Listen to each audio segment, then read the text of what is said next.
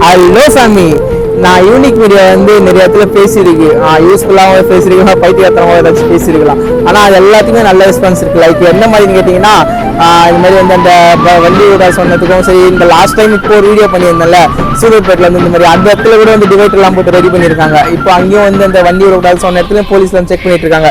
நான் இங்கேயும் ஒரு வீடியோ பேசியிருக்கேன், எங்கன்னு பார்த்தீங்கன்னா அது வேற தெரிஞ்சிருக்கலாம். கும்மிடிப்பூண்டிலேருந்து பைபாஸுக்கு போகிற இந்த சப்பையில் எப்பவுமே தண்ணி இருக்கும். இந்த இடத்துல எனி டைம் தண்ணி இருக்கிறதுனால என்ன ஆகுதுன்னா, அந்த நடந்து போகிறவங்க எல்லாம் பைக்கை தண்ணி அடிச்சுட்டு போயிடுறாங்க. இந்த பைபாஸ் வர சப்பை தான் இப்போ பார்த்தீங்கன்னா அந்த இடத்துல வந்து க்ளோஸ் பண்ணி ஒர்க் பண்ண போகிறாங்க போல. எதனால வந்து இந்த மாதிரி தண்ணிலாம் இது மாதிரி அதாவது எதனால தெரியல. பட் இது மாதிரி வந்து 1 மந்த்துக்கு இங்கே ஒர்க் போக போகுது. எதுக்காக இந்த வீடியோன்னு கேட்டிங்கன்னா, இந்த சைடு யாரும் வரக்கூடாது போகக்கூடாதுன்னு சொல்லி 4 இங்கே போலீஸும் போடுறாங்களாம்.